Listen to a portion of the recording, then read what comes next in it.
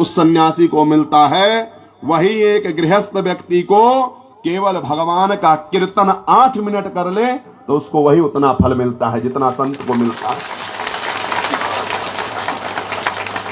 क्योंकि साधु वो बना है केवल भजन करने के लिए, लेकिन कोई गृहस्थी है तो उसके पास में तमाम काम है। गृहस्थी को कहा गया है जंजाल, गृह कारज ना जंजाला, गृह कारज ना जंजाला, हे अति दुर्गम शैल विशाला, हे अति दुर्गम शैल विशाला, गृह कारज ना जंजाला, गृह कारज ना जंजाला, हे अति दुर्गम शैल विशाला, हे अति दुर्गम शैल विशाला, कर से करम करम विधिनाना, कर से करम करम विधिनाना, मन राखो जहाँ कृपा निधाना, मन राखो जहाँ कृपा निधाना, हरे राम राम राम हरे हरे, हरे राम राम राम हरे हरे, हरे कृष्ण कृष्ण कृष्ण हरे हरे, हरे राम हरे कृष्ण कृष्ण हरे हरे। तो गृहस्थाश्रम धर्म जो है सबसे ऊंचा कहा गया है। गृहस्थ व्यक्ति बैठ करके कुछ ही क्षण जो है भगवान का भजन कर ले, कीर्तन कर ले तो उसको सन्यासी कितना फल मिलता है। और सन्यासी कोई कहीं बाहर से नहीं आता। कुछ लोग पूछते हैं ना कि महाराज तुम्हारा गांव कहाँ है, तुम्हारा घर कहाँ है, तुम कहाँ से आए हो। साधु कहीं किसी ना किसी गृहस्थी के घर से ही निकलता है, कोई पेड़ से नहीं कि जो है कोई कहीं से टपक रहा है। साधु भी आपके जैसे किसी घर से निकलते हैं। जैसे आपके बहन जी हैं, ये भी किसी घर से निकली है, ऐसे हम लोग भी किसी घर से ही निकल करके आए हैं। हमारे भी माता पिता होंगे, लेकिन नहीं, संत जो हो जाता है वो सबका हो जाता है। ये समाज ही उनके माता पिता हो जाते हैं। वो जहां रह जाता वही उसका परिवार हो जाता है। आज जो है साधु भी गृहस्थ के घर से ही जन्म लेता है, सन्यासी भी गृहस्थ के घर से जन्म लेता है, कोई ब्रह्मचारी है वो भी गृहस्थ के घर से ही निकलता है। और कोई अतिथि आ जाए तो उसका सत्कार भी गृहस्थ के घर पर ही हो पाता है। 4 लोग आ जाए तो उसका सत्कार भी गृहस्थ को ही करना। तो इसलिए गृहस्थ आश्रम सबसे ऊंचा है, सबसे श्रेष्ठ है। गृहस्थ आश्रम धर्म में अगर भगवत चिंतन हो रहा है, साधु संतों की सेवा हो रही, तो उससे बड़ा और कोई तीर्थ नहीं है और कोई मंदिर नहीं है। इसलिए प्रत्येक स्थिति में जो है भगवत स्मरण होना चाहिए। कर से कर्म करो विधिनाना, मन राखो जहां कृपा निधाना। कर्म करते रहो लेकिन मन को भगवान के चरणों में लगाए रखो। परीक्षित जी महाराज कहते हैं भगवान को याद नहीं करते, ऐसी बात नहीं है। याद तो बहुत करते हैं, लेकिन हम लोग कब याद करते हैं? भगवान को परीक्षित जी ने कब याद किया? कथा आप लोग सुने हैं, 7 दिन से सुन रहे। बताओ परीक्षित जी ने भगवान को कब याद किया?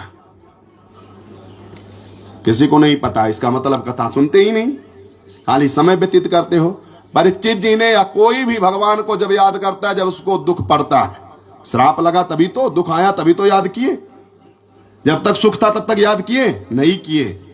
जब दुख आता है तब याद आता है भगवान का।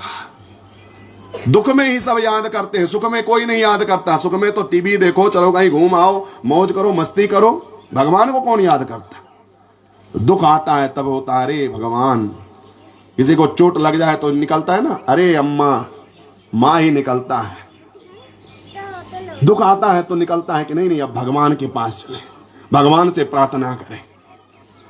तो दुख में जो है, परीक्षित जी महाराज को जो श्राप मिला, दुख आया कि आपकी मृत्यु आ जाएगी, तो कहां गए?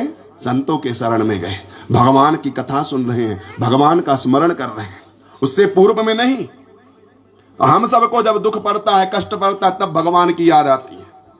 शास्त्र कहता है कि दुख में सुमिरन सब करे, सुख में करे ना कोई। और जो सुख में सुमिरन करो तो दुख काहे को होए।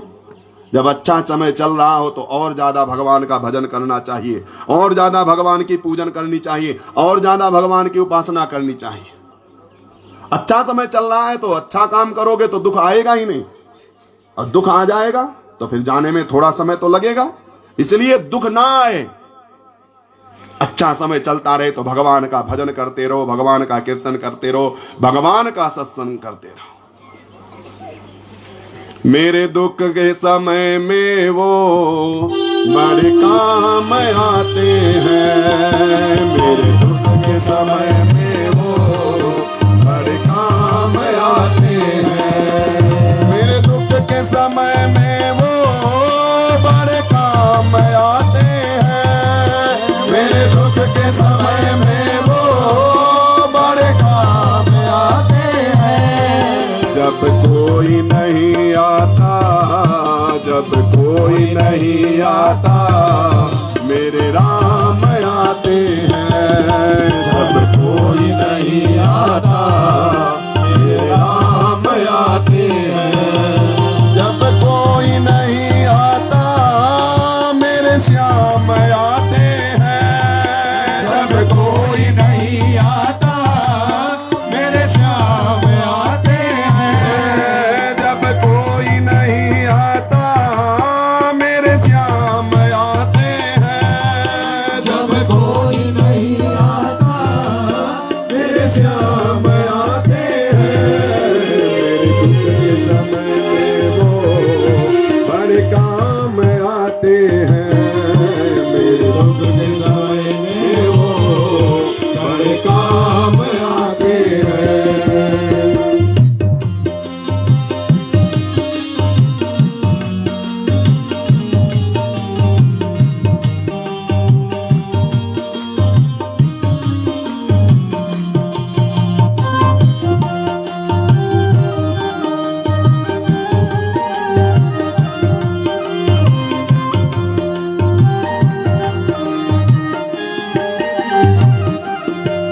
मेरी नैया चलती है, पतवार नहीं दिखती, मेरी नैया चलती है, पतवार नहीं दिखती, मेरी नैया चलती है, पतवार नहीं दिखती, मेरी नैया चलती है, पतवार नहीं दिखती, मेरी नैया चलती है, पतवार नहीं दिखती, मेरी नैया चलती है, पतवार नहीं दिखती।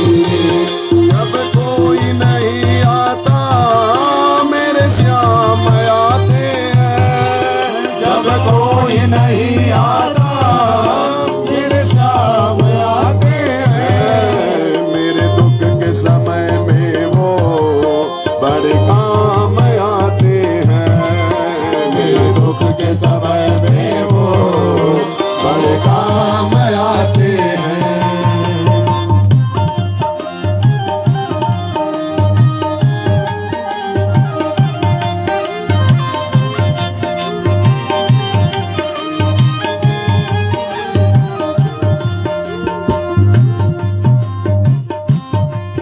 कोई बात करे मुझसे, दुख हल्का हो जाए, कोई बात करे मुझसे, दुख हल्का हो जाए, कोई बात करे मुझसे, दुख हल्का हो जाए, कोई बात करे मुझसे, दुख हल्का हो जाए, जो प्रेम करे मुझसे, वो उनका हो जाए, जो प्रेम करे उनसे, वो का हो जाए। ये बिन बोले दुख को, ये बिन बोले दुख को पहचान लेते हैं। ये बिन बोले दुख को पहचान लेते हैं। जब कोई नहीं आता मेरे श्याम आते हैं। जब कोई नहीं आता मेरे श्याम आते हैं। मेरे दुख के समय में वो बड़े काम आते हैं। मेरे दुख के समय में वो बड़े काम आते हैं।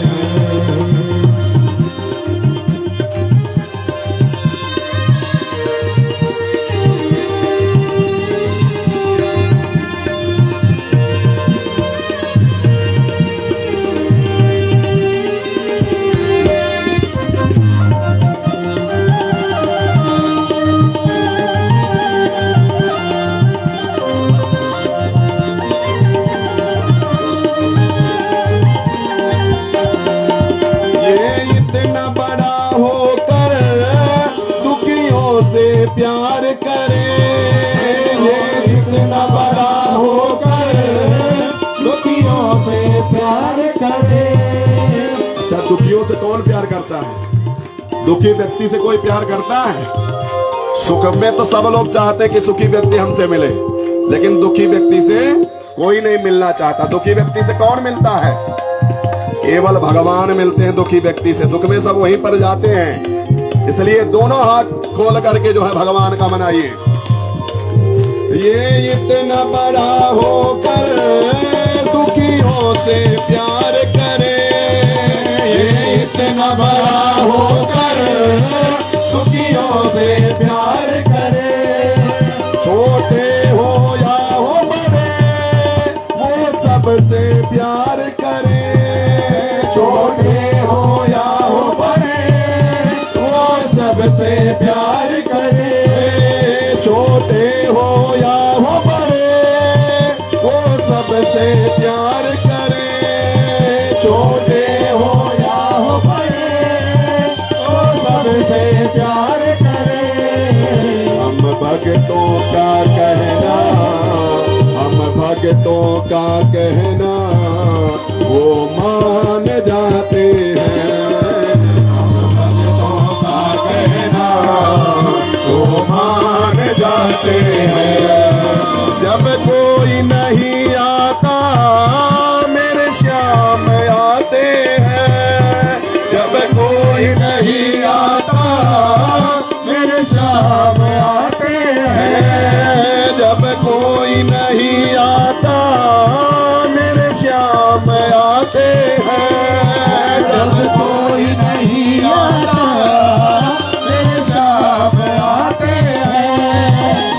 दुख के समय में वो बड़े काम आते हैं। मेरे दुख के समय में वो बड़े काम आते हैं। मेरे दुख के समय में वो बड़े काम आते हैं। मेरे दुख के समय में वो बड़े काम आते हैं। दुख में केवल और केवल परमात्मा ही काम आता है, बाकी कोई काम आने वाला नहीं। जिसको बहुत अपना मानते होगे ना, दुख पड़ जाए तो उसको पहचान लेना। एक बार दुख पड़ जाए और कह दो भैया थोड़ा 10,000 रुपए की जरूरत है, अभी मैं तेलका में नहीं चंबा में हूं, जरा भेज दीजिए। कहेगा भैया मैं तो एटीएम में है ही नहीं पैसा मेरे। फोन पे गूगल पे रोज चलाते हैं, सब चलाते हैं, लेकिन अगर मांग लो तो कहेंगे भैया बस जरा सा था वो किसी को दे दिया था, है ही नहीं। मतलब इतने बहाना। लेकिन परमात्मा किसी से कोई बहाना नहीं करता। छोटा हो बड़ा हो पशु हो पक्षी हो कोई भी हो, जो भगवान को याद करता है भगवान उसी के हो जाते हैं, उसी का कल्याण करते हैं, उसी का उद्धार करते हैं। तो परमात्मा का याद सुख से ज्यादा दुख में करते हैं, लेकिन सुख में ज्यादा करना चाहिए। आचार्य सुखदेव जी कहते राजन, मुझे एक बात याद आ गई। एक जो है त्रिकूट पर्वत है, त्रिकूट पर्वत पर एक जो है गजराज रहते थे, जिसका नाम है गजेंद्र। गजेंद्र का मतलब है हाथियों का राजा। 50-50 पत्नियां हैं गजेंद्र के, 150 पुत्र हैं। इतना बड़ा परिवार जंगल में अकेले जो है रहते हैं। अब जिसका परिवार ज्यादा बड़ा होता है वो थोड़ा सबका ध्यान देता है, छोटे बड़े लोगों का। अब सब संपन्न थे, इतना बड़ा हाथी का परिवार जंगल में, जहां पर 150 लोग, 50 पत्नियां, 150 पुत्र, 200 हो गए, एक अपना, 201 लोग। जिस रास्ते से जाएं वो रास्ता तो पूरा साफ। जंगल में जब निकले तो जितने जंगल में और जानवर थे वो सब हाथ जोड़ करके खड़े हो जाएं। बड़े लोगों को देख करके सब लोग हाथ जोड़ते हैं कि भगवान इनसे बचाए। यही तो करते हैं, कुछ लोग बचाने के लिए हाथ जोड़ते हैं, कुछ लोग वैसे हाथ जोड़ते हैं। बड़े लोगों को सब हाथ जोड़ते हैं। अब गजेंद्र जब निकले तो जो है सब हाथ जोड़ ले। अब थोड़ा भाव भी बना रहे, लोगों को लगता है 10-20 लोग आगे पीछे चले तो लोगों का भाव बनता है, यहां हमारे साथ कुछ लोग हैं। तो गजेंद्र बड़े उससे जो है उत्साह से लोगों से पूछे, और बताओ ठीक हो? यही होता है ना आज की राजनीति में, जरा सा कोई बड़ा हो जाए, पद मिल जाए, प्रतिष्ठा मिल जाए, 4 लोग आस पास रहे तो जो दिखेगा, और ठीक हो, चाहे समय पे काम ना आए लेकिन ठीक हो, और कोई दिक्कत हो तो हमको बताना। यही लोग करते हैं, वोट मांगने आएंगे, कोई दिक्कत हो तो बताना, और जीतने के बाद फोन करो तो ये नंबर जो है। मतलब क्या है, यहां गजेंद्र जो है 150 पत्नियां अपने परिवार पुत्र के साथ में रोड से निकले। छोटे मोटे हिंसक जीव, पशु पक्षी, चूहे बिल्ली सब हाथ जोड़ करके खड़े रहे। महाराज गजेंद्र की जय हो, महाराज गजेंद्र की जय हो, सब जय जयकार लगाए, बड़े प्रसन्नता पूर्वक जाए। हाथी जो होता है ना उसको स्नान करने का बड़ा शौक होता है, नहाने में जो है बड़ा सुख मिलता है उसको। पानी हाथी को जितना मिले उतना ही उसके लिए, जीवन में उसको खाने को कम मिले लेकिन पानी ज्यादा चाहिए। अब सरोवर में, सुंदर सरोवर था, उसमें जो है पत्नी परिवार के साथ नहाने के लिए जाता था। सबके साथ नहाने के लिए जल में गया, वहां पर किलोल कर रहा था। जल में एक जो है ग्राह था, मगरमच्छ ग्राह जल में था। अब जो जहां पर रहता है ना वहां पर उसकी शक्ति ज्यादा होती, जल का व्यक्ति जल में ज्यादा, वो कहते हैं ना अपने घर में कौन सा शेर होता है, तो वही जो है, तो अपने घर में तो सभी शेर ही होते हैं। अब देख करके जो है जल में जो है वो किलोल कर रहे हैं, स्नान कर रहे थे सबके साथ में। अब जल में कोई रहे और 100 लोग इकट्ठा आ जाएं तो थोड़ा व्याकुलता तो उसको होगी। वो जल में रह रहा था, उसको व्याकुलता हुई, कहीं पैर पड़ गया होगा, उसने जो है पैर को दबोच लिया। गजेंद्र ने सोचा हो सकता है कोई छोटा मोटा व्यक्ति हो, बड़े लोग कभी छोटे लोगों को सोचते नहीं है। घाव चाहे छोटा हो चाहे बड़ा हो, शत्रु चाहे छोटा हो चाहे बड़ा हो, कभी उसको छोटा नहीं समझना चाहिए। घाव को कभी छोटा नहीं समझना। छोटी सी फुंसी का फोड़ा बन जाए और कब फोड़े से कैंसर बन जाए पता नहीं लगता, उसको वहीं पर दबा देना चाहिए, उसका दवाई तुरंत लगा दो। शत्रु चाहे छोटा हो चाहे बड़ा हो, कब जो है सोचो कि छोटा है ये कुछ नहीं बिगाड़ पाएगा, वही छोटा ही बहुत काम कर देता है। इन्होंने सोचा कि क्या है, छोटा मोटा कोई जानवर होगा, अभी पैर पकड़ लिया, जब बाद में देखेगा कि महाराज गजेंद्र के पैर हैं तो माफी मांगेगा, क्षमा मांगेगा, याचना करेगा, फिर माफ कर दूंगा। स्नान करता रहा, 1 दिन बीता, 2 दिन बीता, 4 दिन बीता, स्नान लगातार करते रहे। अब धीरे धीरे जब रक्त का, उसने पैर ही पकड़ा था, धीरे धीरे रक्त का शोषण करने लगा, रक्त समाप्त होने लगा तो थोड़ी शक्ति भी क्षीण होने लगी और शरीर में कमजोरी लगा कि हाँ कुछ हम कमजोर हो रहे हैं। 4 दिन तक भूखे रहो तो शरीर में अपने आप कमजोरी पता चल जाती है। सुबह सोचो कि व्रत करेंगे और शाम को जब व्रत शाम तक लगता है कि अब कुछ मिल जाता तो ठीक रहता, कुछ तो अंदर जाए। ऐसे उसका जो है हिष्ट पुष्ट था। शरीर से जब रक्त शोधन करने लगा, धीरे धीरे रक्त क्षीण होने लगा, कमजोर लगने लगा, तब जो है उसने कहा कि लगता है मेरा जो है शरीर कुछ कमजोर हो रहा, अस्वस्थ हो रहा हूं मैं। निकलने का प्रयास किया लेकिन जल से बाहर नहीं निकल पा रहा क्योंकि शक्ति क्षीण हो गई। आप तभी तक बाहर निकल सकते हो जब तक आपके अंदर शक्ति है। शक्ति क्षीण होने के बाद बाहर नहीं निकल सकते। शक्ति क्षीण हो गई। अब जो है अपना बल लगा करके, पहले व्यक्ति अपने बल का घमंड करता है, कर बहिया बला अपने छोड़ पर आई साथ। अपने पास कुछ है तो वो अपना है, दूसरे के सहारे कोई काम नहीं होता। दूसरा कोई सहारा दे दे और काम ठान के बैठ जाओ, और दूसरा कोई ना आए तो फिर तो बेइज्जती हो जाएगी। तो अपने पास जो रहे उतना ही काम करना। यहां पर गजेंद्र की शक्ति क्षीण हो गई, अपना प्रयास लगा लिया, बाहर नहीं निकल पाया। तब अपने पत्नी से बोला, पुत्रों से बोला, बेटा मेरी शक्ति क्षीण हो गई है, तुम सब लोग हमको इस सरोवर से बाहर निकालने का प्रयास करो। और सब एक सूंड में दूसरा सूंड फंसा करके जो है सब एक दूसरे को खींचने लगे। जहां अपनी शक्ति नहीं वहां तो सबके साथ में मिलकर के ही काम करना चाहिए। समाज का काम है, कथा का काम है, ये छोटा मोटा काम नहीं, इसको तो सबको मिल करके करे तो ज्यादा अच्छा होता है। अकेले कोई सोचे कि नहीं मैं ही सब कुछ कर लूं तो शायद करने में वो सामर्थ्य नहीं, कहीं ना कोई कमी रह सकती है। लेकिन अगर सब लोग मिल करके करें तो बहुत विशाल हो जाएगा और पता भी नहीं लगता है। ऐसे जो है सारे लोग मिल करके खींचने लगे। अब वो ग्राह बाहर नहीं निकला। 2 दिन 4 दिन 6 दिन 10 दिन 10 दिन के बाद जो है बच्चे मुंह मोड़ लिए, एक एक हाथी अपना सूंड हटाए और जो है जाने लगे। अब 10 दिन हो गया, जाने लगे तो गजेंद्र के नेत्रों से अश्रुपात गिरने लगा, आंसू निकलने लगा।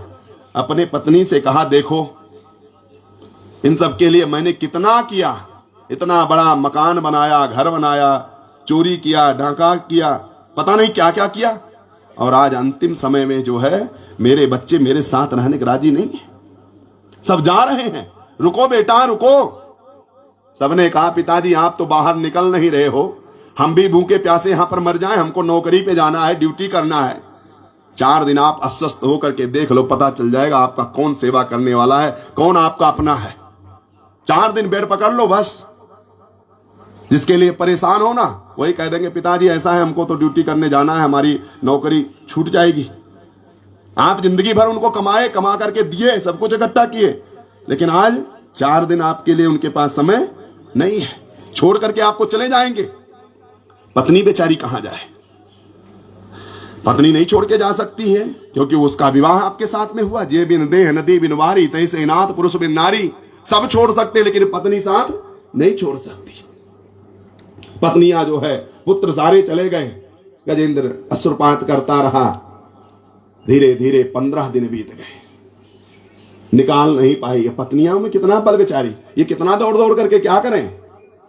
अब जब 15 दिन तक बेड पे पड़े रहोगे ना, तब ये भी कहेंगे ठीक तो तुमको होना नहीं है, रोज रोज पानी ले आओ, खाना ले आओ, ये ले आओ, वो ले आओ, बैठे रहो चुपचाप। 15 दिन के बाद इनका भी यही जवाब आता है कि चुप भाई मारे बैठे रहो, अभी दे रहे हैं।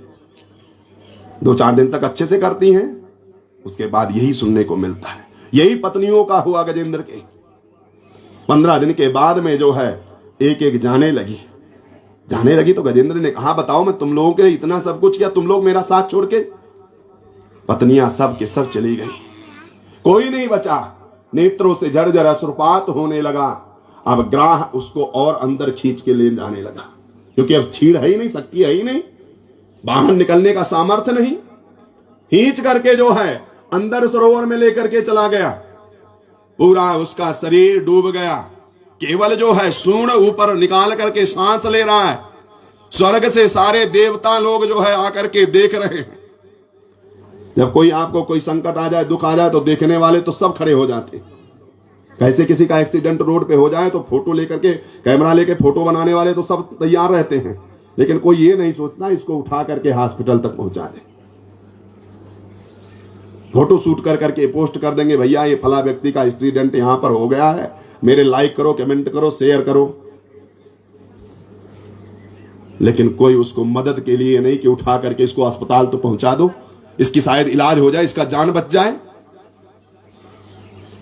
सारे देवता लोग स्वर्ग से देख रहे हैं, सब ये प्रतीक्षा में है कि हमको फोन आए तो हम जाएं, हमको कह दे तो हम जाएं, हमको तो बोले नहीं तो हम कैसे जाएं, हमको तो बोले नहीं हम कैसे जाएं, यही तो प्रतीक्षा है। सारे देवता लोग जो है देख रहे हैं कि एक बार मेरा नाम लेके बुला लेता तो मैं इसको बचा लेता, एक बार मुझे बुला लेता तो मैं इसको बचा लेता। कोई बचाने वाला नहीं आया। उसको लगा कि जो है अब मेरे प्राण नहीं बचेंगे। उसने जो है एक कमल का जो है सरोवर में कमल का फूल खिला था, उसको तोड़ करके और सूंड को ऊपर उठा करके बोला एवं विवस्वतो बुद्धा समाधाय मनोहरि जटापम परमम जाप्य प्राग जन्मान शिक्षितम। हे गोविंद, जिसने जो है, जिसके कृपा के बिना एक पत्ता भी नहीं हिलता, जिसके इच्छा के बिना देवता भी किसी कार्य को नहीं कर सकते, जिसके कृपा के बगैर सूर्य नहीं निकल सकते, जिसका कृपा के बगैर चंद्रमा में शीतलता नहीं आ सकती, मैं उनको प्रणाम कर रहा हूं। हे अधीश्वर, हे अधिष्ठात्र देवता, ये मेरे पुष्प को आप स्वीकार करिए। अब जैसे ही बिना किसी का नाम लिए भगवान को अर्पण किया, भगवान ने गजेंद्र से कहा कि भैया अब चलो, देर मत करो। तुरंत जो है भगवान अपने वाहन गरुड़ से बोले कि गरुड़ देर मत करो, चलो गजेंद्र का उद्धार करना है, वो बेचारा बुला रहा है। अब यहां पर गरुड़ जी को भी अभिमान आ गया। आपको कहीं गाड़ी चलाना ना आता हो और नौकर के सहारे रहो तो नौकर को भी अभिमान रहता है कि जा तो सही सकते नहीं बाबूजी, बिना हमारे, हमको कहेंगे तभी जाएंगे साथ में। तो उसको कहो तो कह रहा अभी आ रहा हूं, नहा करके आ रहा हूं, थोड़ी देर में आ गया, यहां पर आ गया, यहां पर आ गया। ऐसे जो है भगवान ने जब उसको कहा जल्दी कहीं जाना होगा तब नहीं मिलेगा, वैसे द्वार पे बैठा रहे। आज जो है गजेंद्र को जब भगवान ने गरुड़ को कहा कि चलो जल्दी गजेंद्र का उद्धार करना है, तो गरुड़ मठेठ गए, बोले प्रभु को जब कहीं जाना होता तो हम ही को जल्दी जो है करते हैं। भगवान ने कहा बताओ, जब मेरे साथ रहने वाले को इतना अभिमान आ गया तो जो दूसरे लोग हैं उनको कितना अभिमान होगा। भगवान ने कहा गजेंद्र को तो बाद में बचाएंगे, पहले गरुड़ का अभिमान दूर करो। गरुड़ के ऊपर भगवान अपनी अंगुली रख दिए, बोले चलो उड़ो। अब गरुड़ जो है बोले भगवान मजाक क्यों करते हो, रोज बैठ के चलते हो, आज कह रहे हो उंगली रख रहे हो, चलो। बोले नहीं नहीं चलो। गरुड़ अपने पंख को फड़फड़ा करके वहीं पर थक गए, लेकिन हिल नहीं पाए। भगवान ने गरुड़ से कहा गरुड़, ये तुम मत सोचो कि ये तुम चल रहे हो, मैं खुद तुमको लेकर के चल रहा हूं। इसलिए हम लोग कोई ये मत सोचे कि ये काम हमने किया है, ये काम सब कराने वाला परमात्मा ही है, हम सब केवल उसके माध्यम हैं। हम लोग कुछ करता नहीं है, हम सब एक ही है, करने कराने वाला तो परमात्मा है। हम अपने आप को ये ना सोचे कि हाँ ये काम मैंने कर दिया है, ये काम मैंने किया है, ऐसा मैं कर लूंगा, वैसा मैं कर लूंगा। कुछ नहीं आप कर सकते, उनके बगैर पत्ता भी नहीं एक हिल सकता है। तो करने कराने वाला केवल परमात्मा होता। हाँ, वो माध्यम हमको जरूर चुन लेता है। वो हमको माध्यम चुन लिया यहाँ कथा करने का, उनको माध्यम चुन लिया कथा कराने का, आप सबको माध्यम चुन लिया कथा सुनने का।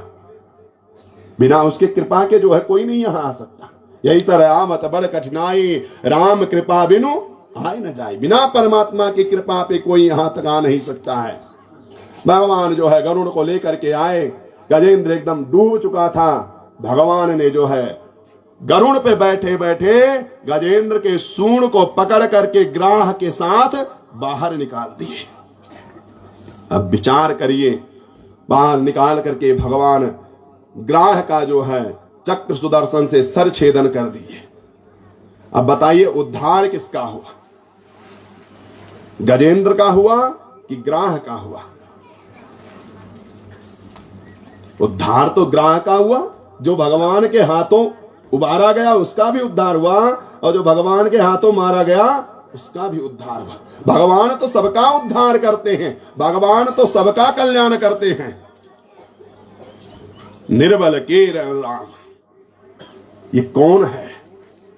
पैर पकड़ने के कारण से ग्राह का उद्धार हो गया। यहां पर आप विचार करिए, आप अगर किसी को प्रणाम करते हैं ना, पैर पकड़ने से क्या मिलता? पैर पकड़े प्रभु जी मिले, पैर पकड़ने से भगवान मिलते हैं, पैर पकड़ने से सुख होता है, पैर पकड़ने से मुक्ति मिलती है, पैर पकड़ने से सब कुछ हो जाता है। इसलिए कहते हैं कि प्रातः काल उठी कै रघुनाथा, प्रातः काल उठी कै रघुनाथा, मात पिता गुरु नाम ही माता, मात पिता गुरु नाम ही माता, प्रातः काल उठी कै रघुनाथा, प्रातः काल उठी कै रघुनाथा, मात पिता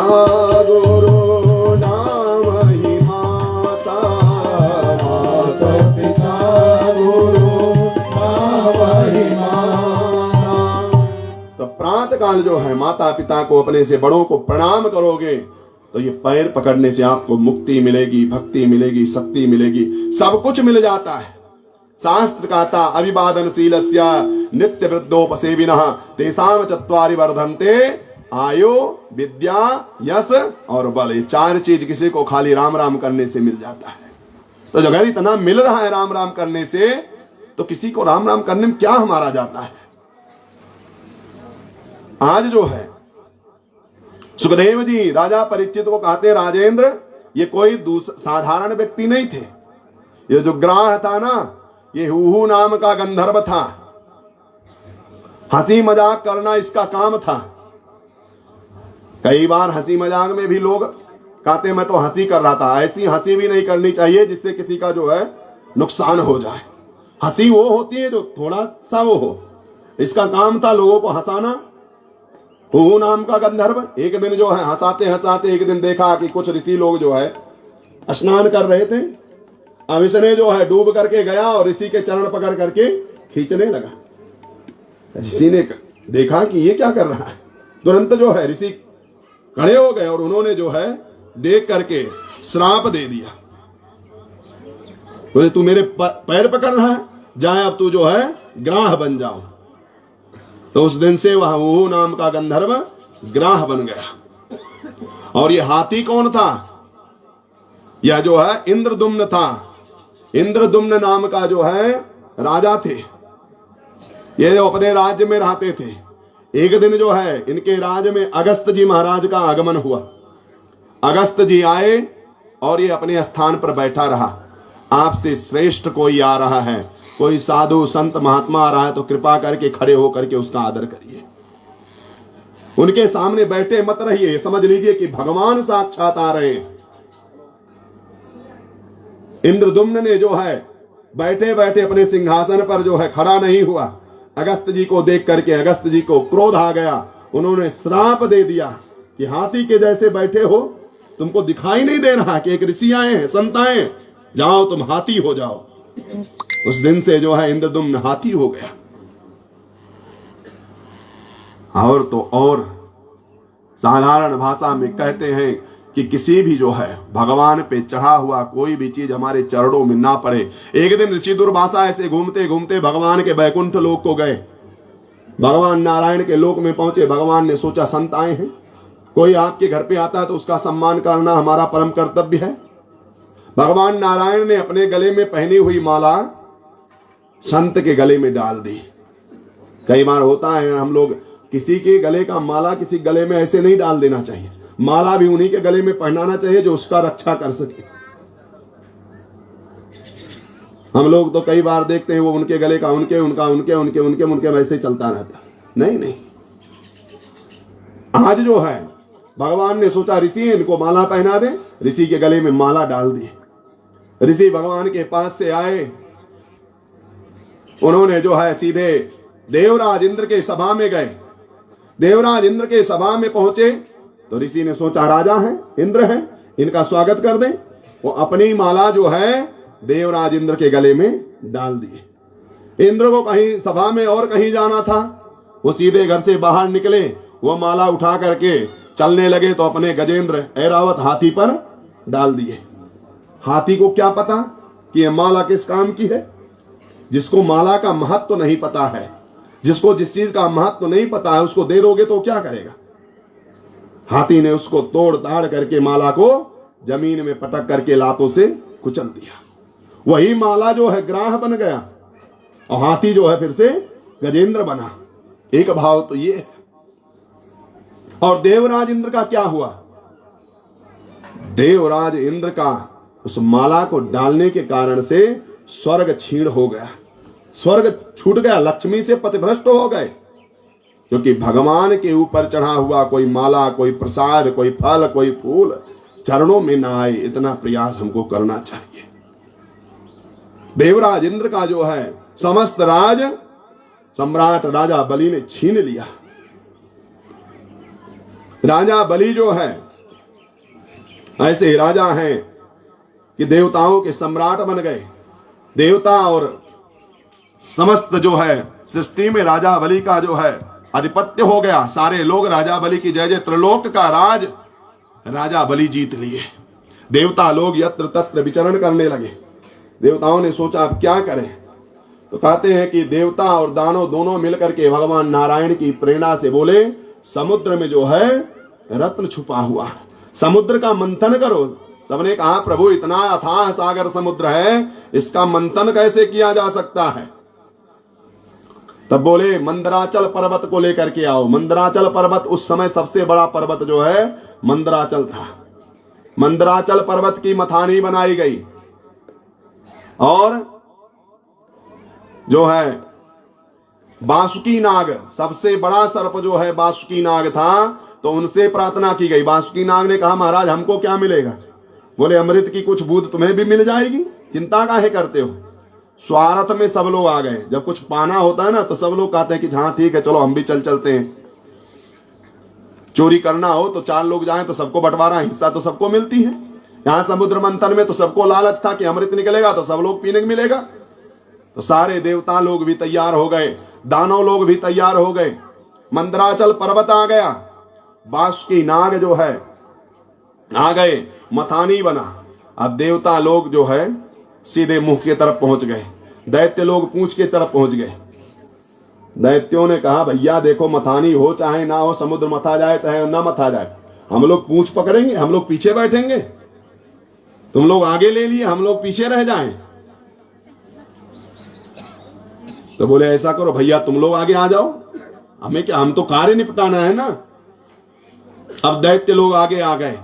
अब जब समुद्र का मंथन हुआ, उसको मथा गया, जैसे ही मंथन होने लगा तो उसके घर्षण से जो है कहते हैं कि बासुकी नाग से जो है अग्नि निपटे, लपट निकले।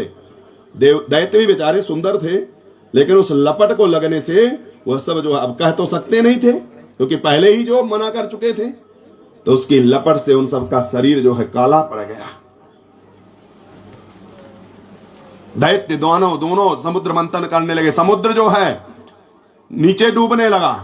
कहते हैं भगवान जो है कच्छप का अवतार लेकर के भगवान अपने पीठ पर जो है मंदराचल पर्वत को रोके। बोलिए कच्छप भगवान की। भगवान कच्छप का रूप धारण कर करके मंदराचल को अपने ऊपर, समुद्र का मंथन नहीं हुआ बल्कि भगवान के पीठ का मंथन हुआ, जिससे अमृत निकला। भगवान का जो है अब मंथन प्रारंभ हुआ। अब सब लोग तो अमृत पाना चाहते हैं, लेकिन अमृत की खोज में निकलोगे तो सबसे पहले विष ही मिलेगा। आप अच्छा काम कोई करने जाओगे तो आपका पहले वाहवाही नहीं मिलेगी, आपको पहले संकटों का सामना ही करना पड़ेगा, दुखों का सामना ही करना पड़ेगा। सारे लोग बड़े प्रेम से समुद्र मंथन कर रहे थे। अब इतना मंथन हुआ कि उसमें से जो है उसका झाग निकला, उसका मल निकला। जैसे गन्ना हम लोग रस निकालो तो गन्ना का जो है पहले मल निकलता है, उसका झाग निकलता है, उसको रस को छोड़ करके फेंक देते हैं। ऐसे ही समुद्र मंथन से उसका झाग निकला, उसका मल निकला।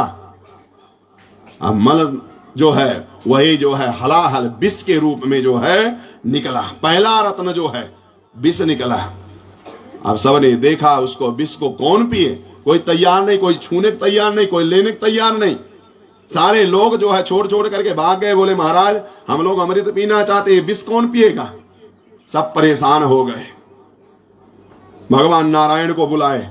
भगवान ने कहा कि अब क्या करें, अच्छा काम करोगे तो पहले विष ही मिलेगा, अब इसको पीना तो पड़ेगा। बोले महाराज हमको मरना थोड़ी है। कोई तैयार नहीं हुआ विष पीने के लिए।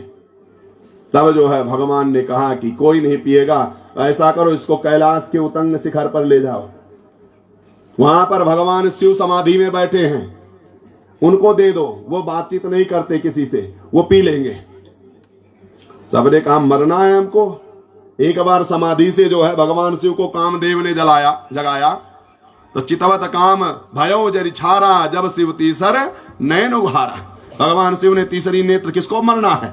जब उसने काम जो है भगवान की समाधि को भंग किया तब तो उसको मार डाले, और कोई जहर देने जाए तो उसको छोड़ेंगे। कोई तैयार नहीं हुआ। भगवान ने कहा कि जहर की बात ही मत करो, केवल इतना कहो कि भगवान ने प्रसाद भेजा है, और कुछ कहने की जरूरत नहीं है। कह दो नारायण का प्रसाद है। प्रसाद किसी को लेने, ऐसे हो साधारण भाषा में आप किसी को ले जाओ मिठाई के दुकान से, एक डिब्बा खरीदो, मिठाई खरीदो और कह दो लो जी मीठा खा लो। अब मीठा खा लो तो जिसको शुगर होगा उसको कहोगे मीठा खा लो, खाएगा? तो कहेगा भैया मीठा नहीं खा सकता मैं, क्यों? मुझे शुगर है, ले जाइए इसको। नहीं खाएगा, उसको कितना भी प्रयास करो वो नहीं खाएगा। लेकिन वही डिब्बा, वही मिठाई आप ले जाओ और बहन जी को दे दो, कह दो मंदिर में भोग लगा दो, ठाकुर जी के पास रख दो और फिर जो है लेकर के आओ। डिब्बा वही, मीठा वही, कुछ उसमें बदला नहीं है, कुछ चेंजिंग नहीं हुआ। और फिर वही शुगर वाले व्यक्ति के पास ले आओ और कह दो प्रसाद ले लो। मना करेगा वो? प्रसाद को आज तक किसी ने मना नहीं किया। डिब्बा वही है, प्रसाद वही है, सब कुछ वही है, मीठा भी उतने, मिठास भी उतना ही है, लेकिन मना नहीं कर पाएगा। कहेगा अच्छा चलो कोई बात नहीं, मुझे शुगर है लेकिन थोड़ा सा दे दो। और प्रसाद कोई लेता है तो प्रसाद खा नहीं लेता, प्रसाद लेने के बाद पहले उसको एक बार माथे लगाता है, उसके बाद में मुंह में डालता है। तो प्रसाद वही है, डिब्बा वही है, मीठा वही है, लेकिन हमारा भाव चेंज हो गया। बस ऐसे ही जो है हम सब वही हैं, हम सब मनुष्य ही हैं, हमको अपना थोड़ा सा भाव चेंज करना है। परमात्मा भाव के बस में है। यहां पर जो है भगवान शिव के पास देवता लोग लेकर के गए, संतत जपत शंभु अविनाशी। शिव भगवान ज्ञान गुण राशि।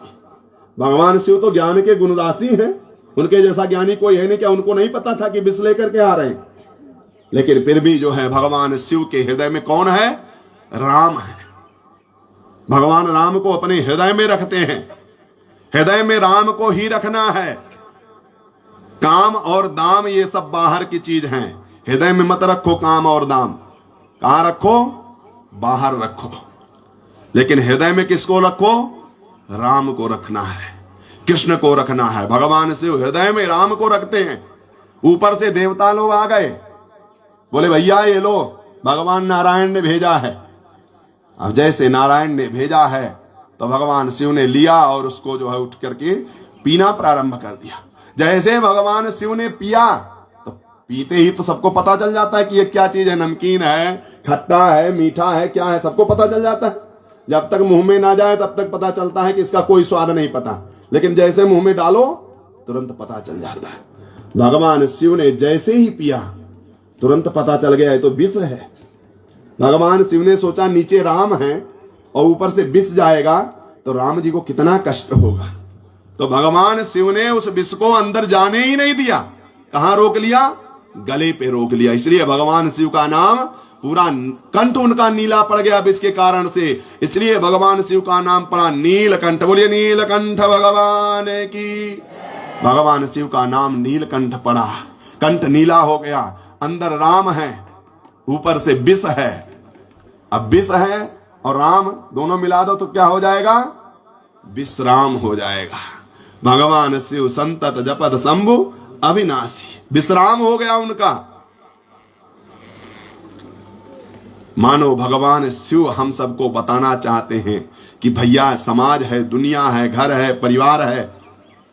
लोग कड़वी बात भी कहेंगे, लेकिन कड़वी बात सुनने के बाद उसको हृदय में मत रखो। उसको कहां तक रखो? यहां तक। कड़वी बात खाली गले तक रखो, गले से नीचे मत रखो। गले तक जो चीज है उसकी उल्टी कर सकते हो, अंदर चला गया तो उल्टी करना बड़ा मुश्किल है। इसलिए जो है गले तक रखो। इससे बाहर जब चाहोगे गले में रहेगा तब बाहर निकाल दोगे, और हृदय में पहुंच गया तब बाहर निकलना बड़ा मुश्किल है। इसलिए कोई कुछ बात कह भी दे रहा है तो उसको अपने हृदय में मत रखिए, गले तक रखिए। जैसे भगवान शिव ने विष को गले तक रखा।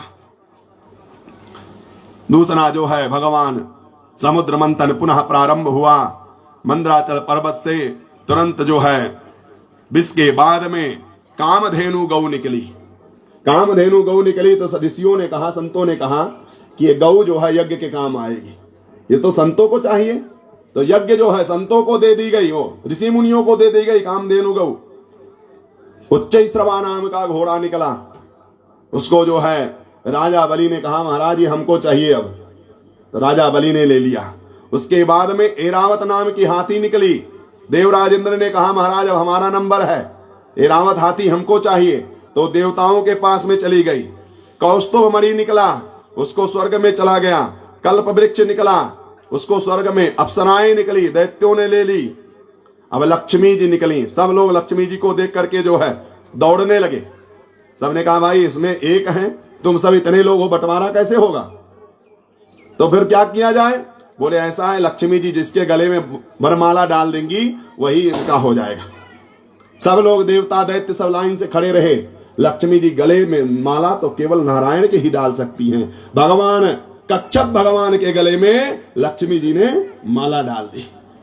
कच्छप भगवान जो है लक्ष्मी जी को लेकर के गए। वारुणी देवी निकली, उसको जो है दैत्य लोग लिए। धनुष निकला, धनुष दैत्यों ने ले लिया। चंद्रमा निकला, स्वर्ग में जो है पहुंच गई। धनवंतरी जो है निकले, नाना प्रकार के औषधियों को लेकर के उसको जो है सब पृथ्वी के ऊपर स्थापित कर दिया गया। कमल का हार निकला। अब जो है अमृत का कलश जो है निकला। जैसे ही अमृत का कलश निकला तो सब लोग दौड़ पड़े उसके पीछे। अब देवता लोग दानव दोनों दौड़ने लगे। देवता अपनी तरफ खींचे, दानव अपनी तरफ खींचे। देवता बेचारे थोड़े सीधे साधे होते हैं, देवता नहीं खींच सकते। दानव थोड़ा हिष्ट पुष्ट होते, दानव छुड़ा करके भागने लगे। अब दानव में भी दानव तो सब दानव सब जो है अब आपस में लड़ाई करने लगे। नहीं पहले मैं पीऊंगा, नहीं पहले मैं पीऊंगा।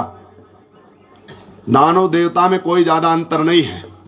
साधारण भाषा में समझाऊं, एक बार जो है पार्टी चला तो देवताओं के लिए अलग भोजन की व्यवस्था बनाई गई, दैत्यों के लिए अलग भोजन की व्यवस्था बनाई गई। और सबके हाथ में, जैसे आप लोग बफर सिस्टम करते हैं ना, तो सब जगह पात्र रख दिया गया।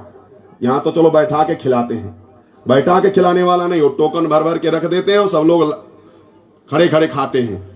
सब रख दिया गया, बोले सब लोग जो है पंगत सबको करना। लेकिन उसमें नियम क्या था? नियम यह था कि सबके हाथ में एक एक जो है चम्मच बांध दिया गया। हाथ में एक एक हाथ का चम्मच और बांध दिया गया। अब सबके हाथ तो जहां तक है, हाथ तो मुंह तक पहुंच जाता है। भगवान ने हाथ बड़ा साइज का बनाया है, ये सीधे मुंह तक ही पहुंचता है। इसमें और कुछ लगा दो तो शायद वो फिर काम बिगड़ सकता है। अब इसमें बांध दिया गया एक एक हाथ का चम्मच। अब देवता और दानव दोनों को बैठा दिया गया। दानव लोग सब शुरू किए। अब जैसे चम्मच लगाएं मुंह तक जाए ना, वो ऐसे फेंके तो इधर चला जाए उधर चला जाए। सब आपस में जो है अब कोई खा नहीं पाए। तो वो जो खा नहीं पाए वो कौन थे? सब दानव थे। देवता लोगों को नंबर आया, देवता लोगों से कहे तुम लोग खाओ, तो सब लोग जो है बैठे, सब आमने सामने बैठे। अब एक व्यक्ति निकाल करे और सामने वाले के मुंह में डाल दे, एक व्यक्ति निकाले सामने वाले के मुंह में डाल दे। सबका पेट भर गया। बस यही दानव और यही मानव का काम है। जो अपना सोचे कि सब कुछ हमको मिल जाए वही दानव है, जो सबको बांट करके खाए वही मानव है। परहित सरस धर्म नहीं भाई, पर पीड़ा सम नहीं अधमाई। हम सब सबको बांट करके, इसलिए कहा गया सर्वे भवन्तु सुखिनः सर्वे सन्तु निरामयः सर्वे भद्राणि पश्यन्तु मां कश्चित् दुख भाग भवेत्। सब सुखी रहें, सब संपन्न रहें, सब लोग ऐसे रहें। तो ये मानवता है, ये देवताओं का काम है। अब सारे लोग आपस में लड़ाई करने लगे, छोड़ने लगे। नहीं मैं पहले पीऊंगा, नहीं मैं पहले पीऊंगा। देवता लोग भगवान से प्रार्थना किए, प्रभु कहीं काम गड़बड़ हो जाएगा, अगर दैत्य लोग पी लिए अमृत तो ये तो किसी को रहने ही नहीं देंगे, अमर हो जाएंगे। भगवान ने कहा तुम लोग चिंता मत करो, परेशान मत हो, मैं कुछ व्यवस्था करता हूं। भगवान ने मोहिनी का रूप धारण किया। सुंदर भगवान वस्त्र पहने हैं, कौस्तुभ मणि गले में है भगवान के, और श्वेत वस्त्र धारण भगवान किए हुए हैं। भगवान स्त्री का रूप बना करके, और जिधर से दैत्य दानव दोनों जा रहे थे, अब भगवान उधर से जो है पायल पहन करके छन्न छन्न की आवाज करके निकले। अभी तक सब अमृत के लिए लड़ रहे थे, अब सबने जब उस स्त्री को देखा तो बोले बहुत सुंदर स्त्री है, कितनी सुंदर है, इसको देखो तो सही। अब सब जो है अमृत भूल गए पीना, अब सब उसको देखने लगे, सब उसको पीछे चलते ले, चलो इसको चलो देखते हैं।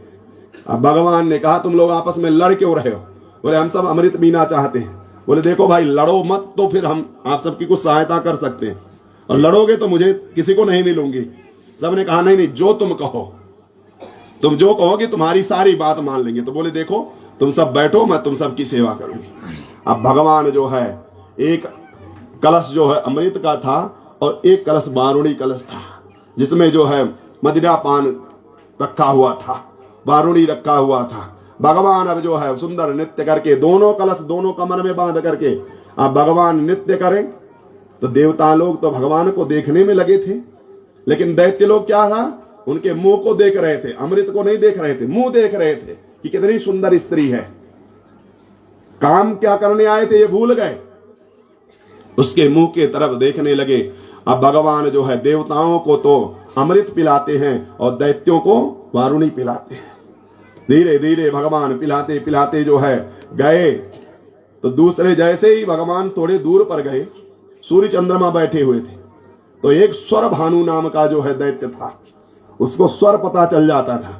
उसने देखा भगवान को कि नृत्य कर रहे हैं और इधर से उधर घूम रहे हैं, तो उसने सोच लिया कुछ गड़बड़ जरूर है, लग रहा है कोई बात खराब है भैया, इसमें भी कोई चाल है देवताओं की। तो स्वर भानु जो है वो दैत्यों के तरफ से उठ करके देवताओं के लाइन में बैठ गया, उस लाइन में बैठ गया। अब जैसे भगवान पिलाते हुए आ रहे थे, जैसे ही स्वर भानु को भगवान ने जो है अमृत का पान कराया और सूर्य नारायण ने कहा, रे प्रभु ये तो स्वर भानु है, ये तो दैत्यों के उससे आ गया है उठ करके। अब भगवान इतने में देखे, तुरंत भगवान जो है चक्र सुदर्शन से उसका सिर का छेदन कर दिए। लेकिन अब स्वर भानु का सर जो है अलग हो गया, अमृत पान कर चुका था, धड़ अलग हो गया। तो वही राहु और जो है केतु हो गए। आज भी राहु केतु जो है सूर्य और चंद्रमा को सताते हैं, वही ग्रहण लगता है। आज तक उनकी दुश्मनी खत्म नहीं हुई, क्योंकि वो अमर है, मृत्यु हुई नहीं। तो आज भी चाहे एक क्षण के लिए इस सूर्य चंद्रमा को ग्रहण लगाएं, कलंक लगाएं, लेकिन परेशान करते ही रहते हैं। सबको भगवान जो है पिलाए। अब जब भगवान ने उनका सिर छेदन किया, तब दैत्य लोग कहे कि हम ठगे रह गए, आपस में संग्राम हो गया। तो देवताओं और असुरों में बहुत बड़ा संग्राम हुआ। लेकिन अब देवता लोग तो जो है अमृत का पान कर चुके थे, दैत्य लोग मदिरा पान किए थे, तो देवता लोग बलिष्ठ हो गए, सबको मार करके भगा दिए, परास्त कर दिए, युद्ध में हार गए। देवराज इंद्र पुनः जो है त्रिलोक का राज्य पा गए, प्रसन्न हो गए, सुखी हो गए। अब जब सुख आ गया तो देवराज इंद्र जो है सुख में फिर भगवान को भूल गए। दुख था तो भगवान का चिंतन था, सुख आया तो फिर भूल गए भगवान को। लेकिन देवराज इंद्र तो भगवान को भूल गए, लेकिन राजा बलि जो त्रिलोक के राजा थे, उनको कष्ट हुआ, दुख हुआ। दुख में कष्ट में किसके पास जाएं? तो राजा बलि अपने गुरुदेव के पास में गए। जब कोई जीवन में संकट आए, कष्ट आए, दुख आए, तो अपने अपने गुरु के पास में जाना चाहिए। महाराज दशरथ को पुत्र नहीं था तो किसके पास में गए थे? गुरु जी के पास में ही गए थे।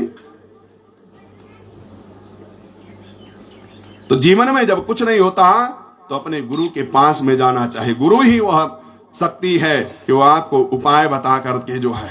राजा बलि जो है गुरुदेव के पास में गए, प्रहलाद के पुत्र महाराज बलि जाकर के शुक्राचार्य जी को प्रणाम किए। शुक्राचार्य जी बोले, गुरुदेव देवता लोग हमको परास्त कर दिए, हमारा राज्य सब कुछ छीन लिए, क्या करें? तब शुक्राचार्य जी ने कहा, देखो अब देवताओं को जीतना आसान नहीं है, क्योंकि वो सब अमृत पान कर चुके हैं, उनकी मृत्यु नहीं हो सकती है। लेकिन हाँ राजन, मृत्यु भले नहीं हो सकती, लेकिन परास्त कर सकते, उनको अभी भी हराया जा सकता है। कैसे? बोले, अगर जीवन में 3 चीज अपना लो तो गौ की सेवा करो और गुरु की सेवा करो और संत की सेवा करो। 3 की सेवा करोगे तो तुम्हें कोई परास्त नहीं करेगा। उस दिन से राजा बलि नित्य जो है गौ की सेवा करते हैं, संतों की सेवा करते हैं और अपने गुरुदेव राजा शुक्राचार्य जी जो कहते हैं वही काम राजा बलि करते हैं। धीरे धीरे जो है गौ संत ब्राह्मण की सेवा करते करते राजा बलि जो है एक दिन, अब गुरुदेव ने कहा कि तुम त्रिलोक पर जो है चढ़ाई कर दो, आक्रमण कर दो, युद्ध जीत लो। राजा बलि ने चढ़ाई कर दिया। देवता लोग परास्त हो गए, हार गए, सब जो है भगवान के शरण में गए। भगवान से प्रार्थना के, प्रभु राजा बलि से हम लोग हार गए, परास्त हो गए, क्या करें? भगवान ने कहा इस समय राजा बलि के ऊपर जिसकी कृपा है ना, कि उनको मैं भी अगर युद्ध में जाऊंगा तो मैं भी हार जाऊंगा, क्योंकि जिसके ऊपर गुरु की कृपा हो, जिसके ऊपर संत की कृपा हो, जिसके ऊपर गौ माता की कृपा हो, उसको कोई परास्त नहीं कर सकता। भगवान भी नहीं उसको परास्त कर सकते हैं। भगवान नारायण के कहने पर जो है दैत्य लोग परेशान रहने लगे। पुत्र के जीवन में संकट आता है तो सबसे ज्यादा कष्ट मां को होता है। देवताओं की माता अदिति को बड़ा कष्ट है कि हमारे पुत्र जो है तो पुत्र वो भी बेचारे, लेकिन मां को ज्यादा कष्ट है कि हमारे पुत्र, बताओ राजा बलि त्रिलोक का राज छीन लिया, हमारे पुत्रों का स्वर्ग छिन गया। एक दिन माता अदिति जो है आकर के कश्यप जी के पास में प्रणाम करके पूछती है, नाथ हमारे पुत्रों के जीवन में बड़ा संकट है, कोई उपाय बताइए। तब जो है कश्यप जी ने कहा, देवी ये जो है ना जीवन में ये सब सुख दुख तो आते ही रहते हैं और ये सब मोह है। कौन किसका जो है पुत्र, कौन किसका बेटा, ये सब मोह के कारण से तुम ऐसा कह रही हो। अरे सड़क में दो बच्चे अगर सामने खेल रहे हो धूप में, तो हम अपने बच्चे को तो बुला लेते हैं, बेटा अंदर आ जाओ, धूप लग जाएगी, गर्मी लग जाएगी। लेकिन अगर पड़ोसी का बालक घूम रहा हो तो उसको बुलाते हैं? नहीं बुलाते हैं। तो ये मोह के कारण से, केवल अपने लगाव के कारण से, बालक तो दोनों हैं लेकिन हम अपने को बुलाएंगे, पड़ोसी के पुत्र को नहीं बुलाएंगे। मां ने बहुत प्रार्थना किया।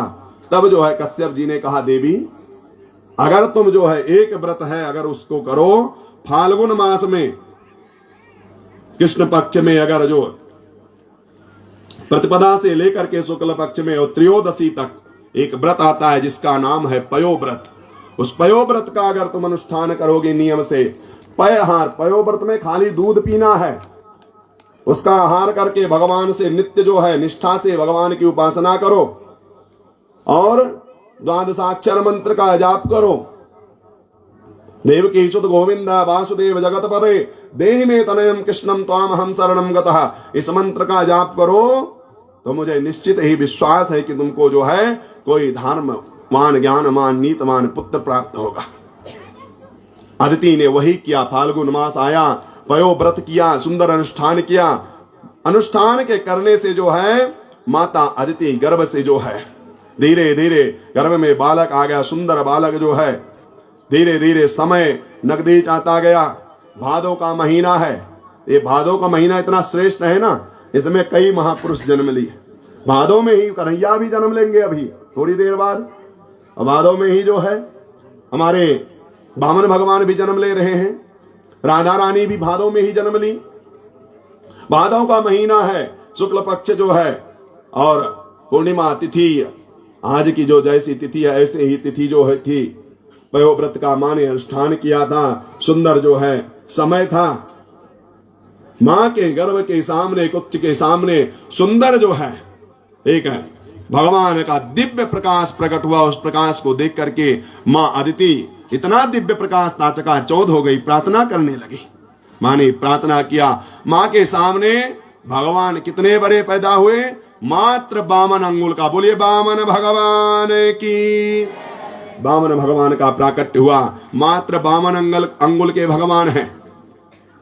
सुंदर सुंदर भगवान के चरण हैं, छोटा छोटा हाथ है, टमाटर जैसे भगवान के गाल हैं, इतना सुंदर जो है बिंबा फल जैसे भगवान के ऊंट हैं। देख करके जो है भगवान को मां ने देख करके गदगद हो गई। वामन भगवान को देख करके माता अदिति ने कौपीन वस्त्र पहनाए। बृहस्पति जी महाराज आकर के जो है यज्ञोपवीत धारण कराए हैं। 10 दिशाओं के स्वामी आकर के उनको छत्र समर्पित किए। ब्रह्मा जी आकर के अपना कमंडल दिए हैं। सप्तऋषि लोग आकर के कुशा समर्पित किए हैं और आकर के जो है भगवती उमा देवी ने अपना भिक्षा पात्र दिया है। वामन भगवान सब कुछ लेकर के बृहस्पति जी उपनयन संस्कार कराए। जब यज्ञोपवीत संस्कार होता है तो बालक भिक्षा मांगने के लिए जाता है। भिक्षा मांग करके जो कुछ लाता है वो गुरुदेव को देना होता है। वामन भगवान जो है भिक्षा मांगने के लिए, जब गुरुदेव ने कहा कि भिक्षाम देहि, जाओ भिक्षा मांग करके लाओ, तो बोले गुरुदेव क्या भिक्षा चाहिए? तो बृहस्पति देव ने कहा कि जाओ और राजा बलि से तीनों त्रिलोक की भिक्षा मांग करके ले आओ। अब गुरु की आज्ञा पा करके वामन भगवान सीधे जो है राजा बलि के पास में जा रहे हैं। राजा बलि जिस दिन से देवताओं को परास्त कर दिए थे, उस दिन से नियम ले लिए थे कि मैं रोज यज्ञ करूंगा। रोज यज्ञ करते थे और यज्ञ में आहुति डालते थे। शुक्राचार्य जी उसके आचार्य थे। सुबह सुबह ब्रह्म मुहूर्त हुआ है, सामने से जो है भगवान वामन आ रहे हैं। शुक्राचार्य जी और राजा बलि दोनों यज्ञशाला में बैठे हैं। जैसे ही राजा बलि ने दूर से ही देखा, राजा बलि ने कहा गुरुदेव आज तो हमारे लगता है कुटिया के भाग जाग जाएंगे। क्यों, क्या हुआ? अरे सामने तो देखो, ऐसा लग रहा है साक्षात सूर्य नारायण भगवान जो है हमारे यज्ञशाला में पधार रहे हैं, यज्ञशाला में आ रहे हैं। अब शुक्राचार्य जी ने जब देखा, बोले नहीं नहीं, सूर्य नहीं हो सकते तो चंद्रमा से कम भी नहीं है, लग रहा है चंद्रदेव आ रहे हैं। दोनों आपस में बातें ही कर रहे थे, इतने में जो है आकर के सामने जो है खड़े हो गए।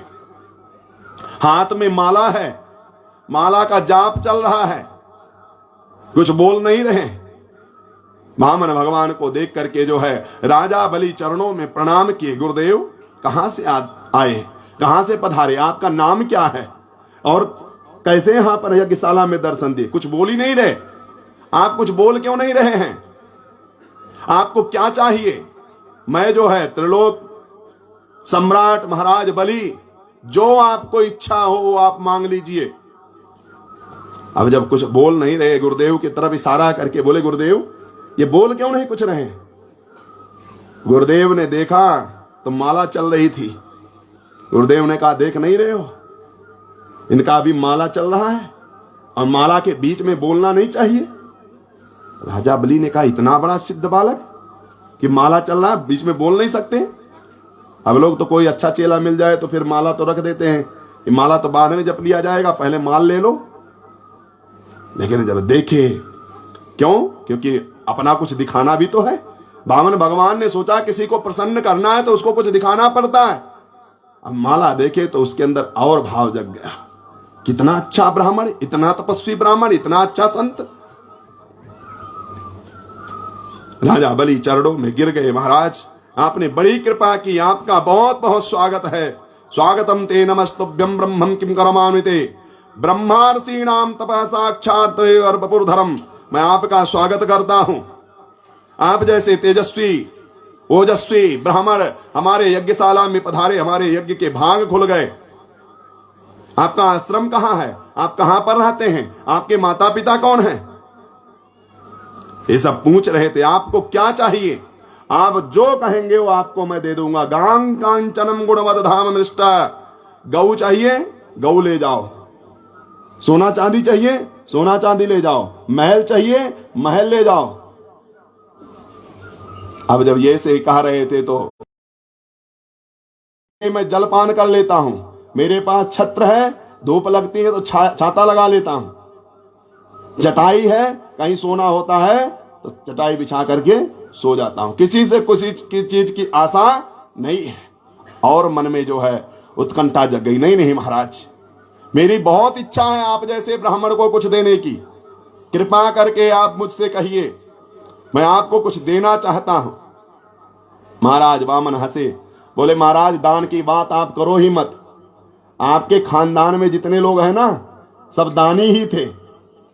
महाराज हिरण्यकश्यपु बहुत बड़े दानी थे। आपके बाबा प्रहलाद वो भी बड़े दानी थे। आपके पिताजी विरोचन वो भी बहुत बड़े दानी थे। अगर आप दान की बात करते तो इसमें कौन सा बड़ी बात है? जिसके घर में दान पुण्य हमेशा से चलता आ रहा हो, उसके घर में दान पुण्य नहीं होगा तो और क्या होगा?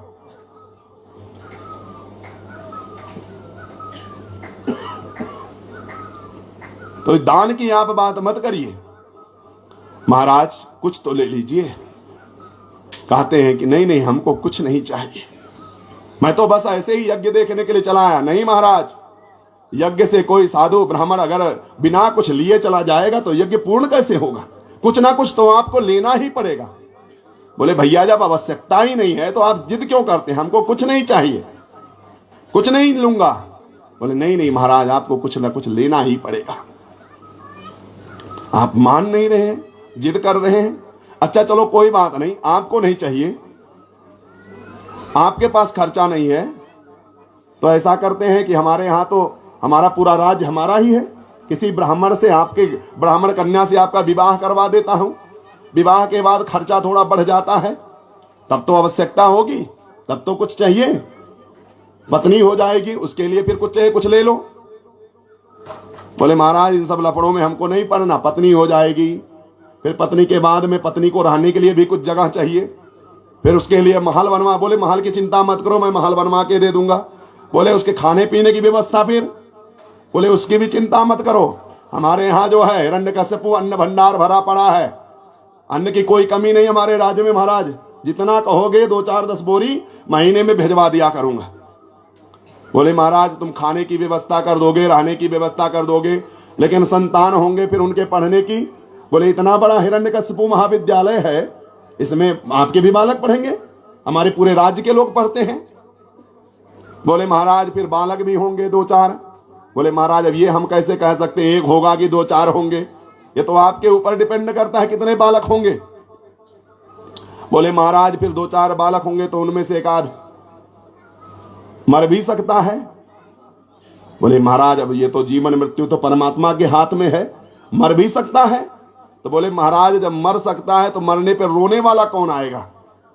बोले महाराज रोने वाले किराए पे नहीं मिलते हैं, जिसका मरता है रोना तो उसी को पड़ता है।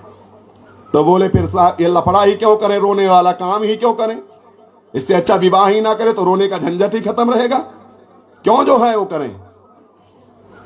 तो जहां थे वहीं पर फिर आ गए। बोले महाराज तो फिर वही बात हुई जहां से हम तो सोच रहे थे आप जो है इसे मान जाओगे, नहीं नहीं कुछ ले लीजिए। तब जो है कहते हैं अच्छा कुछ देना ही चाहते हो तो केवल जो है, वैसे तो मेरा कुछ लेने का काम नहीं है, लेकिन अब नहीं लेता हूं तो मेरा नियम बिगड़ जाता है, और नहीं लेता हूं तो आप इतने श्रद्धा से कह रहे हैं, आपका श्रद्धा टूट जाएगा। आपकी श्रद्धा भी ना टूटे, मेरा नियम भी ना छूटे। जैसे बहन जी को कल कुछ लोगों ने ज्यादा वो किया तो बोले नियम हमारा है, भोजन कहीं करते नहीं। बोले नहीं नहीं यही करना है, नहीं किए, हमने भी कहा। तो कहीं अच्छा चलो नियम भी ना टूटे, वो भी ना बने, दूध ही पिला दो। ऐसे जो है कि चलो भाई नियम ना टूटे, आपका श्रद्धा भी रह जाए, ये ना लगे कि नहीं नहीं खा पी रहे हैं कुछ। तो बोले क्या चाहिए फिर। बोले भैया ऐसा करो कि तुम 3 पग पृथ्वी हमको दान में दे दो। और बोले महाराज ये भी सुन लो, मैं 3 पग पृथ्वी अपने ही पैरों से लूंगा। बोले लो, एक तो तीनों त्रिलोक के राजा हम, हमसे मांगने के लिए आ रहे हो, लोग क्या कहेंगे कि इतने बड़े घर में गए, इतने बड़े यज्ञ में पहुंचे, इतना बड़ा कथा हुआ, और मांगने के लिए क्या मांगे, केवल 3 पग पृथ्वी अपने हाथ से। महाराज आपको तो मांगना भी नहीं आता।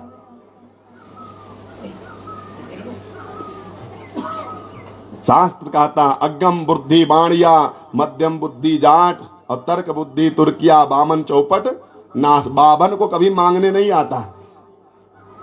बामन मांगेगा तो क्या मांगेगा, उनको तो खाने को मिल जाए वही बहुत है, मांगना तो दूर की बात है।